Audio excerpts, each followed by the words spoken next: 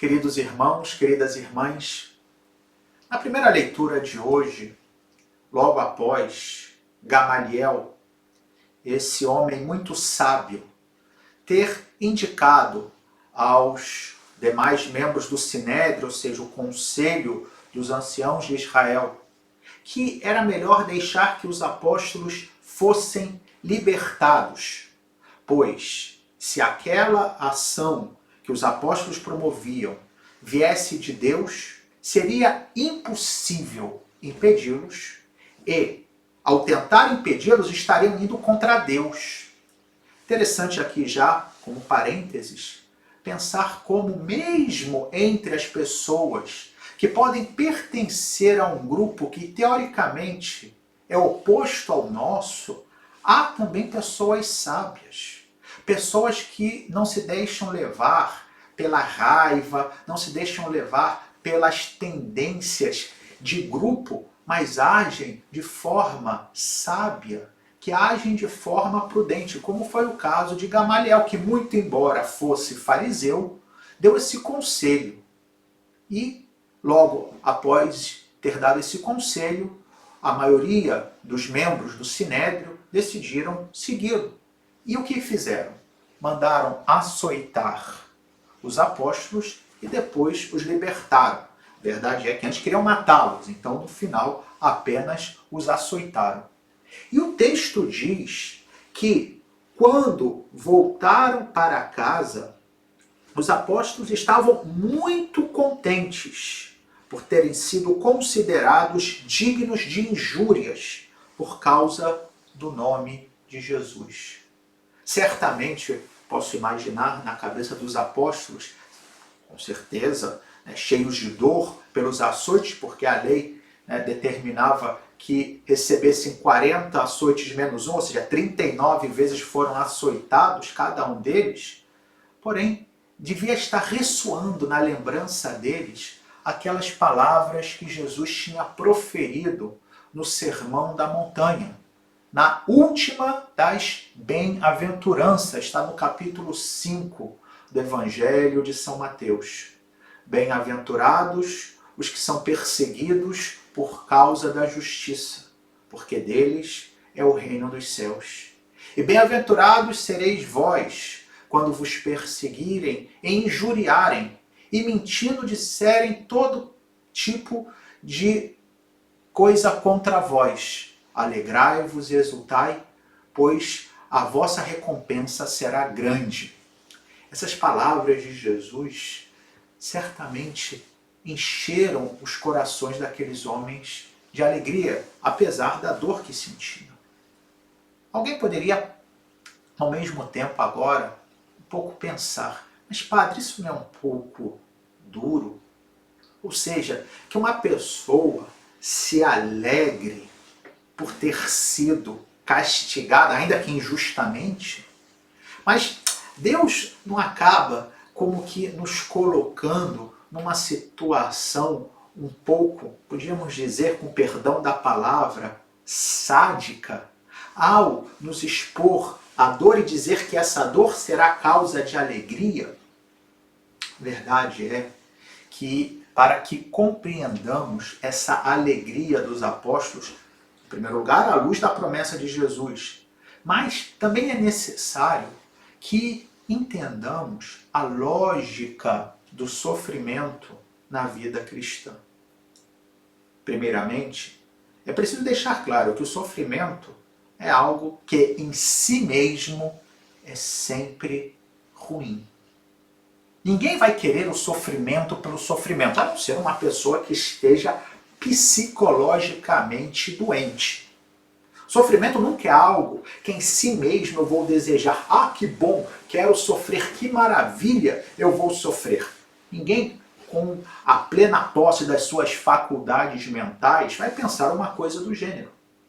Porém, existe uma motivação espiritual profunda para que o sofrimento torne-se causa, ou melhor dito, caminho, meio para obter uma graça. Em que sentido? No sentido de que todos nós, batizados, estamos unidos com Jesus. E, portanto, unidos com Jesus, podemos converter a dor, podemos converter um sofrimento, tanto o sofrimento físico, como também um sofrimento moral, ou seja, quando somos humilhados, quando passamos por uma situação de angústia que, muito embora não signifique dor física, nos deixa com o coração apertado. E podemos oferecer isso unidos à cruz de Jesus. E aqui está o segredo. Da mesma forma em que Jesus ofereceu a sua vida na cruz pela nossa salvação, nós podemos oferecer o nosso sofrimento pela salvação da humanidade, unidos a Jesus na cruz. E com isso, o sofrimento deixa de ser simplesmente uma realidade terrível, uma realidade negativa, e pode se converter, ainda que permaneça o aspecto da dor, o aspecto da angústia, mas se converte em fonte de graça. Por isso, São Paulo, numa das suas cartas, vai dizer com muita convicção: completo na minha carne o que falta a paixão de Cristo pela sua igreja. Chegados a esse ponto, temos também que, com muita honestidade, diante de nós mesmos, admitir que isso é belo de se escutar, porém, não tão fácil assim de se viver, sobretudo no momento real e concreto, quando o sofrimento se abate na nossa vida. Porque quando a gente está sofrendo, não é tão simples assim ter essa grandeza espiritual para que possamos converter o sofrimento numa oração, numa intercessão, em algo positivo em benefício dos demais. Daí que somente quando recebemos de Deus o auxílio é que isso torna-se possível. Sozinhos, com a nossa força, que aliás, melhor dito, com a nossa fraqueza, é impossível. Porém, com a força de Deus. E que força é essa? De onde vem essa força? É o Evangelho de hoje. Na multiplicação dos pães, sobretudo no capítulo 6 de São João, vemos como é um símbolo da Eucaristia. Esse alimento que nos dá forças para seguir na nossa jornada.